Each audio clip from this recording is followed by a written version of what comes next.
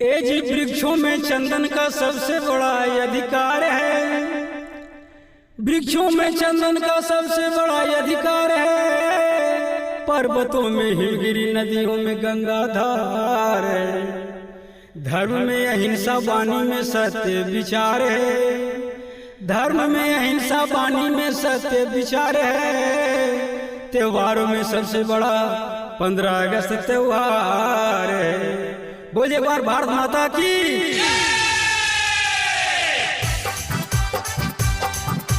वंदे भारत माता की होला,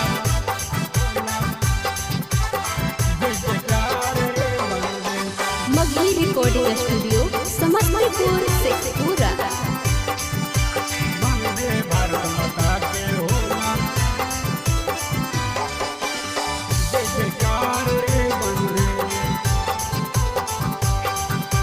वंदे भारत माता की होला।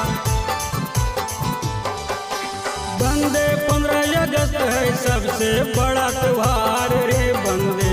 वंदे 15 अगस्त है सबसे बड़ा त्योहार रे वंदे। वंदे भारत माता के होला, जय जयकार रे वंदे। वंदे भारत माता के होला, जय जयकार रे वंदे। वंदे रहे गुलामी अंग्रेज के अधिकार रे वंदे।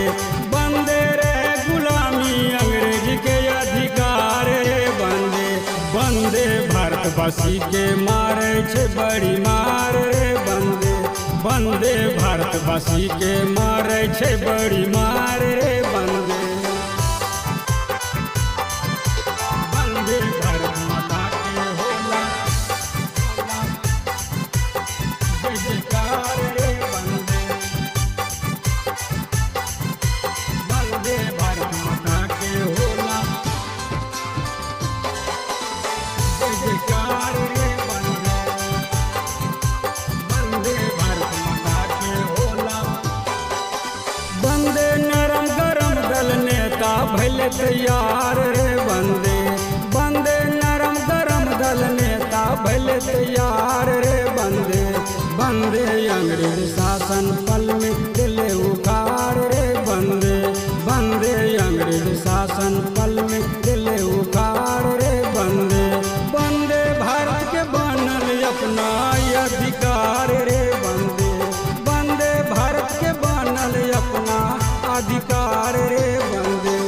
वंदे सीमा पे दे है दुश्मन के ललकार रे वंदे। वंदे सीमा पे दे है दुश्मन के ललकार रे वंदे। वंदे भारत माता के होला, जय जयकार रे वंदे।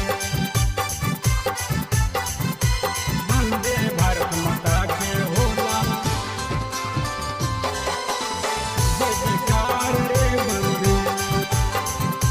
वंदे भारत माता के होला।